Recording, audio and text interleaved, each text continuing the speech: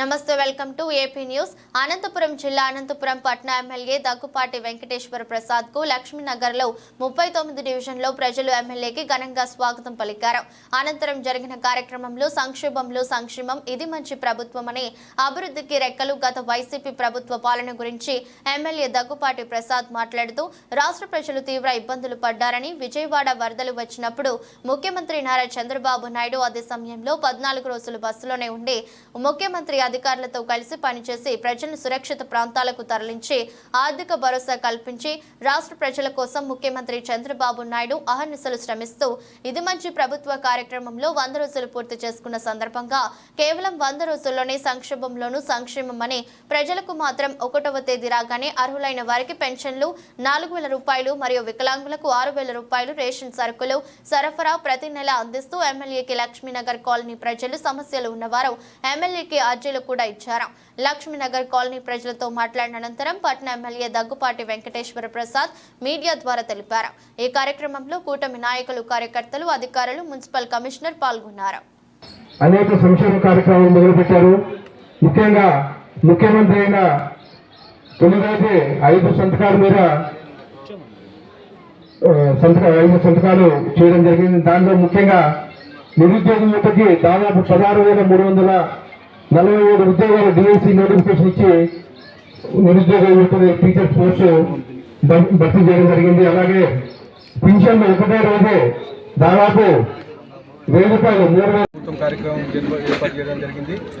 దీనిలో భాగంగా గత 100 రోజుల్లో మా రాష్ట్రంలో ముఖ్యమంత్రి వర్యులు నారా చంద్రబాబు నాయుడు గారు చేసినటువంటి అభివృద్ధి కార్యక్రమాలు అయితే ఏమి, అలాగే అనంతపురం జిల్లాలో చేసిన అభివృద్ధి కార్యక్రమాలు అయితే ఏమి, అలాగే అనంతపురం అర్బన్ నియోజకవర్గంలో చేసిన అభివృద్ధి కార్యక్రమాలు ఈ 100 రోజుల్లో మేమేమైతే చేసామో మొత్తం చెప్పడం జరిగింది. ఇక్కడ ముఖ్యంగా తెలుగుదేశం ప్రభుత్వం ఏర్పడిన తర్వాత ఎన్డీఏ కూటమి సపోర్ట్తో మొదటి 100 రోజుల్లో మొట్టమొదటిసారిగా ముఖ్యమంత్రి వర్యులు తొలి 5 సంతకాలు చేయడం జరిగింది. దాంట్లో భాగంగా ఫస్ట్ మెగా డిఎస్సి 16,437 పోస్టు టీచర్ల పోస్టు గత ప్రభుత్వంలో ఎక్కడికైనా ఒక టీచర్ పోస్ట్ కానీ భర్తీ చేసిన దాఖలాలు లేవు. దానిలో భాగంగానే మా ప్రభుత్వం ఏర్పడిన తర్వాత మా ముఖ్యమంత్రి వర్యులు నారా చంద్రబాబు నాయుడు గారు 16,437 పోస్టులకి నోటిఫికేషన్ ఇవ్వడం జరిగింది. అలాగే అన్నా క్యాంటీన్లు గత ప్రభుత్వంలో ఎక్కడికెక్కడ కేవలం చంద్రబాబు నాయుడు గారికి మంచి పేరు వస్తుందని చెప్పేసి ఈ విధ్వంసకరమైన జగన్ అన్న క్యాంటీన్లని మూసివేయడం జరిగింది.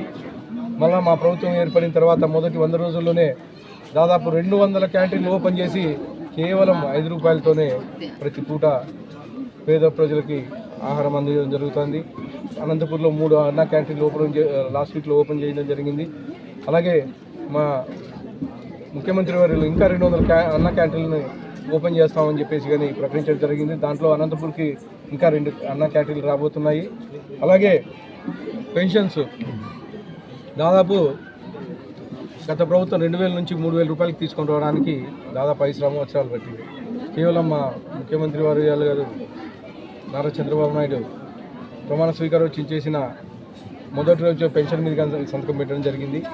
3,000 నుంచి 4,000 రూపాయలు పెంచి, అలాగే గత 3 నెలలతో కలుపుకొని మొట్టమొదటి నెలలోనే 7,000 రూపాయలు ప్రతి ఇంటికి ఉదయం 6 గంటలకే చేయడం జరిగింది.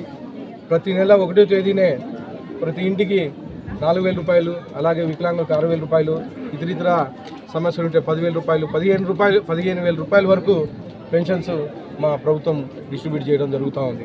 అలాగే ఎంప్లాయీస్కి జీతాలు, ఇంతకుముందు జీతాలు కానీ తర్వాత ఎంప్లాయీ పెన్షన్స్ కానీ ఎప్పుడు వస్తాయో తెలియజే పరిస్థితి లేదు. కేవలం మా ముఖ్యమంత్రి వర్యులు ఛార్జ్ తీసుకున్న తర్వాత ప్రతి నెల 1వ తేదీ ఎంప్లాయీస్కి అయితేమి, అలాగే ఎంప్లాయీ పెన్షన్స్ అయితేమి ఖచ్చితంగా 1వ తేదీనే ఇంటికి చేర్చడం జరుగుతుంది. 31వ తేదీ ఆదివారం అయితే 31వ తేదీనే శాలరీస్ కానీ తర్వాత వృద్ధాప్య పెన్షన్లు కానీ అలాగే పెన్షన్స్ కానీ ఇవన్నీ 31వ తేదీని ఇవ్వడం జరుగుతూ ఉంది. అలాగే దాదాపు 1,674 కోట్ల రూపాయలు అన్నదాతలకు బకాయిలు ఉంటే అవి కానీ అన్నదాతలకి చెల్లించడం జరిగింది. గతంలో గత ప్రభుత్వంలో స్థానిక సంస్థలు నిర్వీర్యం చేసి సర్పంచులు కనీసం స్ట్రీట్ లైట్ లేపించే పరిస్థితి కానీ లేదు.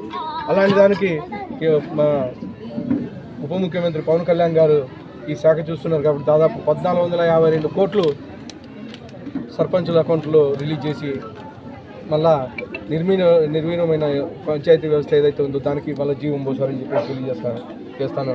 అలాగే ల్యాండ్ రైటింగ్ యాక్ట్ రద్దు చేశారు. కేవలం రైతులు ఇబ్బంది పెట్టాలని చెప్పేసి ల్యాండ్ యాక్ట్ తీసుకొచ్చి దాన్ని కానీ మా ముఖ్యమంత్రి వర్యులు తొలి 5 సంతకాల్లో ల్యాండ్ రైటింగ్ యాక్ట్ కానీ రద్దు చేశారని చెప్పేసి గర్వంగా చెప్తా ఉన్నాం. గత నెలలో విజయవాడ వరదల్లో